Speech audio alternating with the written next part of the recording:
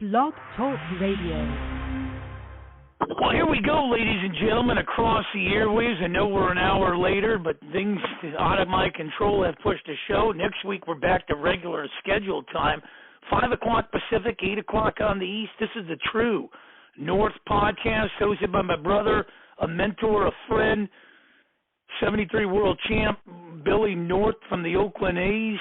Yours truly, Mark Mancini, down here in Los Angeles, producing, playing a little co-host with him. 347-205-9631. You can catch the archive version if you happen to miss this show on blogtalkradio.com/Mancini Sports podcast platforms. Where you subscribe to podcasts powered now by Mancini Media. So without further ado, as I lay the red carpet down, put that podium in its place, hand off the mic. Bill the Threes, how are you? How can people get a hold of you? And you're bringing a great guest in tonight. Yes. Number one, I'm fine. Life is good. Only suckers be. This stuff is fun. You can get in touch with me at billnorte15@gmail.com. BILLNORTE15@gmail.com. And other than that, I got a guy on this phone right now, on this show right now, that we go back a long way. But he did more with less than anybody I ever knew. This is Herb Washington, the original designated pinch runner. Stole 29 bases for us in that year, scored 29 runs. Herb, how are you? Billy North, I'm good, man. I'm blessed, man. I'm good. How are you? I am wonderful. This is my friend Mark Mancini. How are you, Herb? Yeah, he takes care of the zoo. Well, we always gotta have somebody take care of us. Amen. Yeah. It's good to have. It's better to have and not need than to need and not have. No doubt. But anyway, Herb, I'm going to start with the first question. Mm-hmm. How did you feel about coming to Major League Baseball in your capacity in 1974 with a man named Finley? I came in with my eyes wide open, recognizing to some degree that a lot of individuals, because I was a sports fan, so, I watched baseball, and that you had some tremendous and some Hall of Famers on that squad. So I didn't know what really to expect in terms of the reception. I wasn't really afraid because I had played at a high level in terms of track and field, and I had been drafted, to play professional football. And I traveled a lot, although I was young, I had traveled a lot. So that had helped me. And a lot of the travel in track and field in Europe was by yourself, so it made me grow up fast. And I grew up in Flint, Michigan. So, and I drank the water. So, I was tough. Yeah. Well, that's good. But you and Charlie cut a deal. And I was looking at some of this. I didn't know about the football part of this. Could you catch a football? Yeah, I played football in high school, and I played a couple years at Michigan State, and got drafted by the Baltimore Colts, and I got drafted by Baltimore Colts, and the Toronto Argonauts also had my rights. And Baltimore sold my rights to Houston. So if I didn't play football, I probably would have went to Houston and played football for the Houston Oilers at the time. Isn't that so? Mm-hmm. So when you have options in life, you make different kinds of moves, and that to me is what I say to folks all the time. You move differently when you have options, and you have. Doesn't that make a difference? Yes. When you add value, and people recognize that you have value, I don't care if it's in life or in sports, you are a commodity, and you have to understand how to capitalize on that commodity because it can be short-lived. Right. Yeah, it is. But you make hay when the sun shines. You better believe it. Yes, indeed. Yeah. Mark? Herb, I look at this and I say to myself, God gave you talent. And when you came into Oakland, the teammates, they recognized the speed. You received a mixed reception from some of them. Reggie Jackson said he's a great athlete, but he's not a baseball player. Raleigh Fingers said he thought the idea was a little crazy, but that Washington can run like crazy. Campanera said that the team could count on Washington to steal a base when needed. And before the 74 World Series, Sal Bando did not think, Washington had been used in the World Series. To me, I would take those things as, I'm here to prove myself. And I never look down on anybody because I think if they got some talent, God bless them, utilize it. Any thought to some of the comments that were brought to your attention or through the media when you came on the Oakland A's? I think at that particular time in that era, and I hate to paint with too broad of a brush, but, right. I will, in this regard, to your question, Mark, many were so close-minded that they didn't understand the value pinch runner. And right. Here's what I said then, and I continue to say today. Then it was a 25-man roster. You list one from 25. You said Reggie. Yeah, if Reggie was number one, you would say, Herb, definitely you were 25, right, in terms of right. value to the squad. But if you think about who your 24th or 25th man is on a 25-man roster, it is usually someone up and down for the minors. And they don't even give them a permanent name marker. They write it in on the table. And they're over in we used to call it Death Valley. They was over in Death Valley, right? Yeah. So think about this. If I was the 25th man on that squad, I scored the tying run 10 times, okay, or tied the ball game up a combination of 10 times. In 74, if I'm not mistaken, we won our division by 10 games. So when you look at value, how valuable am I? Okay, take this as an example. The catcher, and I'm not disparaging catchers, and all he does, and that person catches, he's the bullpen catcher basically. Don't ever play, maybe in a long double hitter. So what's the real value? If you got a guy who can steal bases, score or tie a ball game up, I go into Cleveland, Gaylord is going for his record, right? I go in the third, tag up.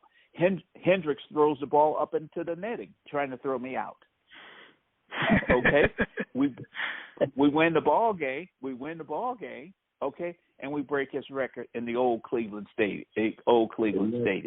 But when you have a guy like Billy North who says, "Hey man, it's gonna be tough, but you can do this. Right. You can do this." But I was used to guys doubting me, and that's in sports. So, and I could run. That's the one thing I knew. I could run.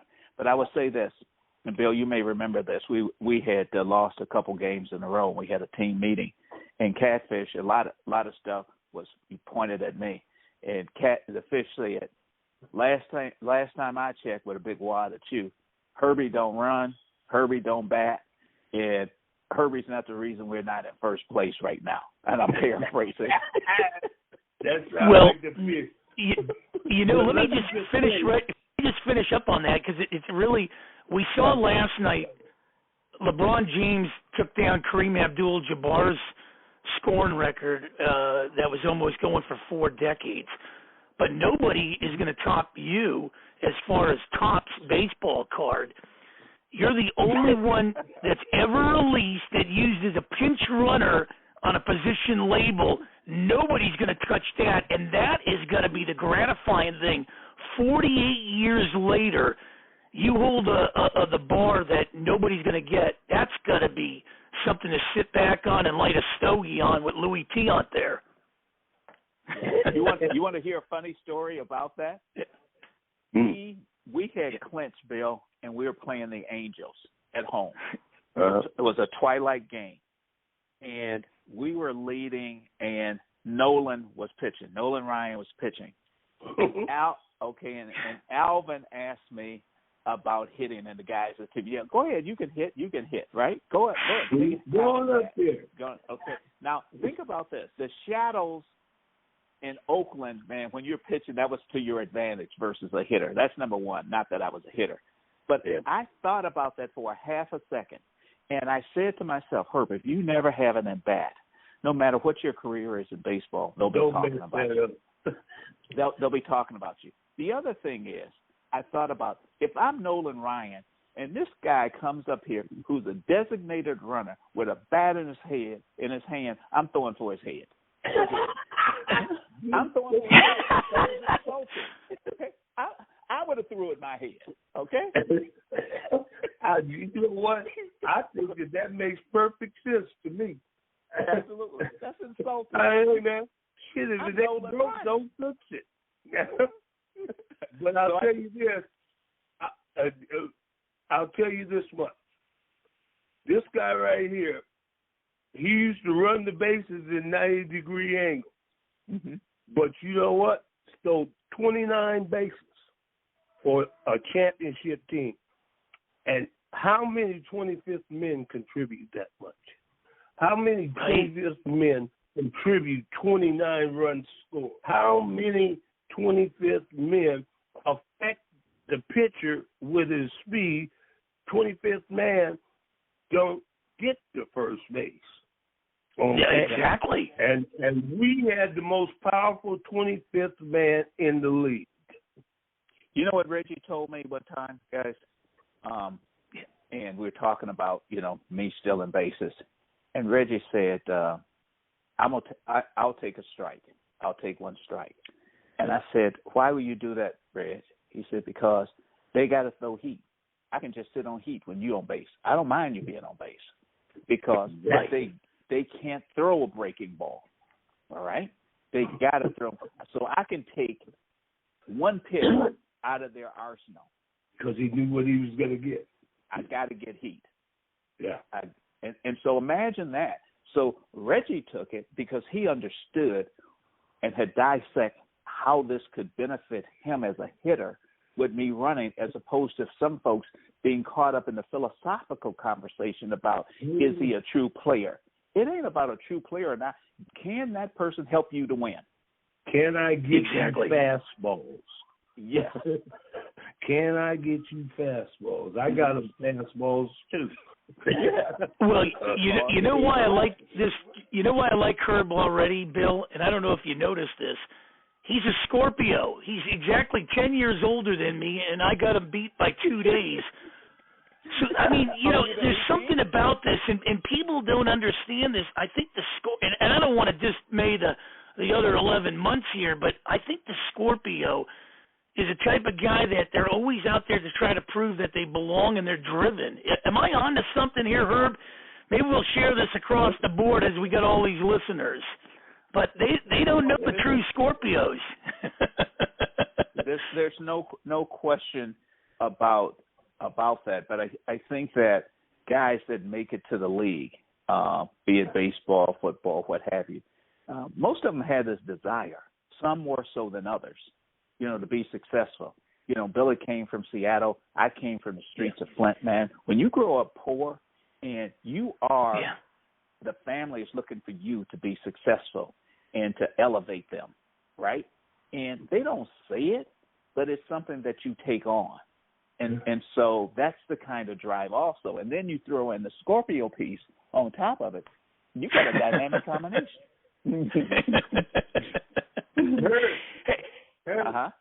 What did Garvey say to you when you came in the pinch runner?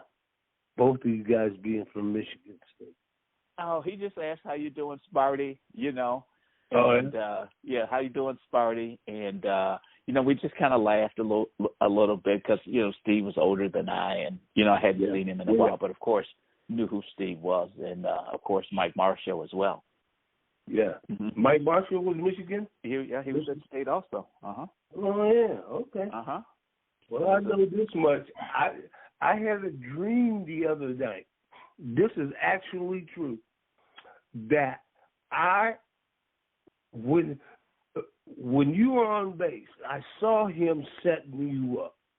Mm-hmm. Okay, and I was saying to myself, I wonder if I could have called time out and went to you at first base and been able to tell you this is a setup.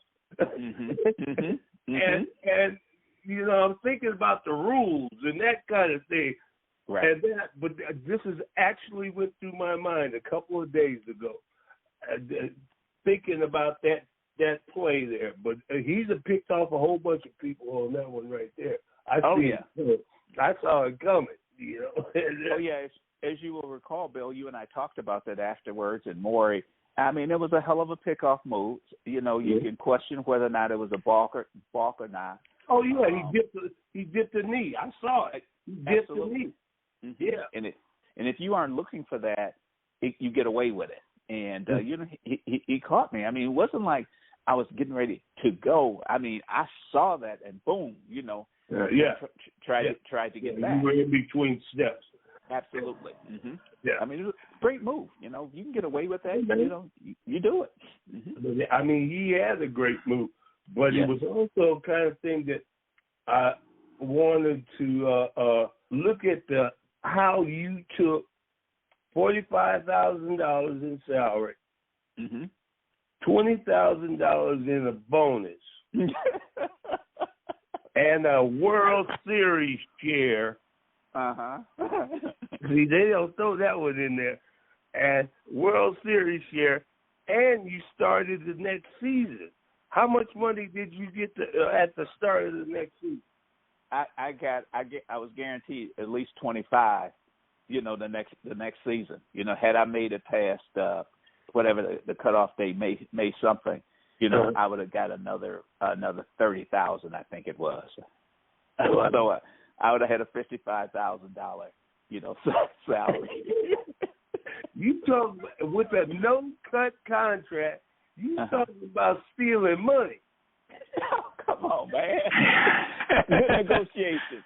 That's just good negotiations. That's all. Negotiations. Well, not only that, Bill. Come on, he comes from a good Michigan State, man. I always, you know, I got to interview Magic Johnson once, and what a class act, and boy, I'll tell you, what a great school when you look at that, Herb and Bill. Michigan State. I'll tell you one thing. You're not really sending any Christmas cards to the Wolverines anytime soon, huh? No time soon. No time soon. No, that we don't. We cordially speak and keep it moving. Exactly. Are you a big? Are you now running track and everything? Who is your idol growing up in that field? Because God, there's so many great legends in that field running track. Who did you look up to there? Well, you know, really, I grew up really liking baseball. You know, what people don't know. I mean, as a kid, I played a lot of Little League baseball and all of that. I was a big Yankee fan growing up. You know, Whitey Ford and Elston Howard, Lou Scour, and, you know, Tresh, you know, Bobby Richardson. You know, I can still remember these cats, man. But then you had in Detroit, you had Mickey Lolich, Bill Freehand, Al Kaline. You know, so. And then, of course, Bird Fredericks came along, you know, a little bit later on. Denny McClain, you know, the great Denny McClain. So I grew up immersed in baseball. And track and field, you know, a very good friend of mine is John Carlos. I mean, today I talk to John from time to time. You know, 68 Olympics with Tommy Smith, the clinch glove raising of the fist. And I learned early, though, that I really couldn't have idols in track because at 17 I was running against the world best. You know, at 17 I was in a track meet with Charlie Green, John Carlos. Okay, high school, Seattle. Yeah. Mm-hmm. So I couldn't idol those guys because, one, they were older. The psychological aspect of it, I had to block those guys out. And I ran a race in the indoor meet in Milwaukee. It was called the Milwaukee Journal Game. And Charlie Green, who was an Olympian, and I both tied the world record for the 50-yard dash at that time. And I'm 17 in high school. So I couldn't look up to guys like that. I liked what they did. I really admired what Carlos did. And I tell you what happened. My freshman year in college, I'm winning the national championship indoors, and Carlos caught me at the tape and beat me. Wow. I'm a freshman at the tape, and I'm putting on my stuff, man. I don't want all of my heats. And it's at home. It's in Detroit. It's at Cobo Hall. And I'm putting my stuff on, and I'm in tears because very few freshmen win national championships in track field. And Carlos said to me, "You just stop running. You just had to make one more step. You just stop running." And wow. So I took down the number, over your lane. So I took down number 2, and in my dorm room for a whole year, every time I walked in my dorm room, I saw the number 2. For a whole year. The next year I won. And the next year I won. I know there's a lot of talk going on in them boxes right there, wasn't there? Oh, yeah. There'd be all kind of talk, man, going on. Because you're trying to get in people's head.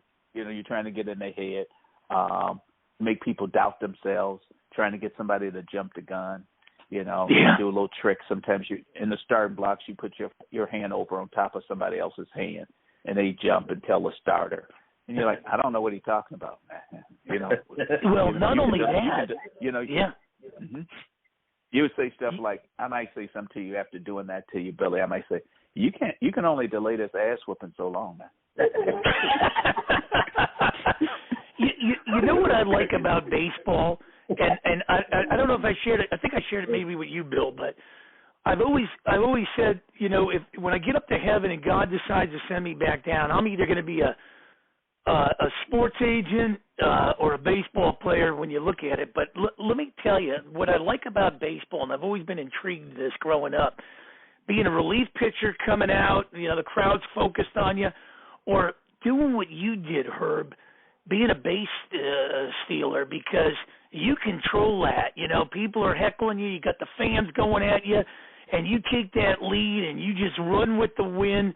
And once you swipe that, you just moved your team up 90 feet. That's going to be a great feeling when you reflect on it. Go ahead, Bill. Mm-hmm. Let me comment on that. You have to have an attitude. Mm-hmm. The mentality of a base stealer. When the pitcher throws the ball to home plate and you take 2 steps, the pitcher ducks.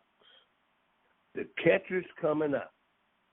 The second baseman and the shortstop are going to second base, one backing up, and the center fielder moves up because you took 2 steps. Mm-hmm. And the bad part about it is they're doing all of that, and they can't stop you anyway. Yep, that's it. But guys, Billy, I know it's your show and all, but I don't know how much time we have. But I would like to bring up another subject. It is a bit. We got about 6 minutes, and we can always bring them back. Hey, Billy, we can always bring them back. We got a big crowd listening right now with about 6 minutes and some change. Yeah.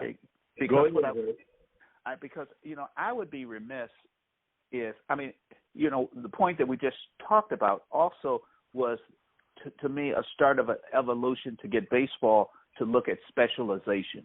Okay, designated hitter, designated runner, and if you look at what baseball finally is opening its eyes to is long extended games. Football already had started. It put the ball on the 30-yard line, what have you. Now putting a guy on second base, back to doing that, right, and long extra inning games. But the thing that I struggle with, having been a player and as a fan, is the fact that we only got. And I could be wrong today. Only 2 black managers still. Mm-hmm. With Dusty and Dave. Okay, I struggle with that. But you know what I struggle with even more so, guys, is the fact that I think at the start of last year's season, and you guys know the facts better than I. To the listeners that are out there, forgive me if I had this wrong, but I'm pretty sure I got it right. You had 3 teams at the start of the 22 season with no black players. Diamondbacks, Kansas City, okay? KC, Billy, where the A's started. Mm-hmm. Well, And yeah. Tampa Bay. Well, not only that, and I'll throw you. It went from a period in time when I was playing where there was at one time 29.8% African Americans in the game to where it is now at 7.7. That means two players every team. Well, not only that. Well, let me just finish this. Yeah, keep going, Bill. The first four draft choices this year were black in the draft, and Seattle is starting a thing up here to where they're working with a company called EL1, and they're starting to develop.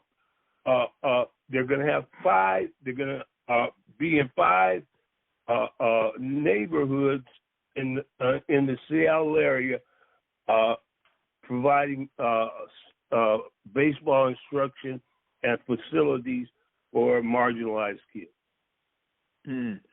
I think that's great. I mean, Seattle, really, when you talk about the Central Division, if I'm not mistaken, Seattle has more black players than the whole Central Division last year. They had, at one point, a couple of years ago, they had 10 players. That means four other teams didn't have any. Yeah. Okay. Exactly. As a matter of fact, I can't think of this one kid's name. He was with the Mets last year. He's a pitcher. He was in the starting rotation. Oh, Diaz. Well, no, not Diaz, but my daughter. Tejon Walker. Was it Tejon Walker? No. Yeah. He was with the Mets last year. He was a futures pitcher. All of that. I'm sorry, I can't think of his name. Good, nice kid.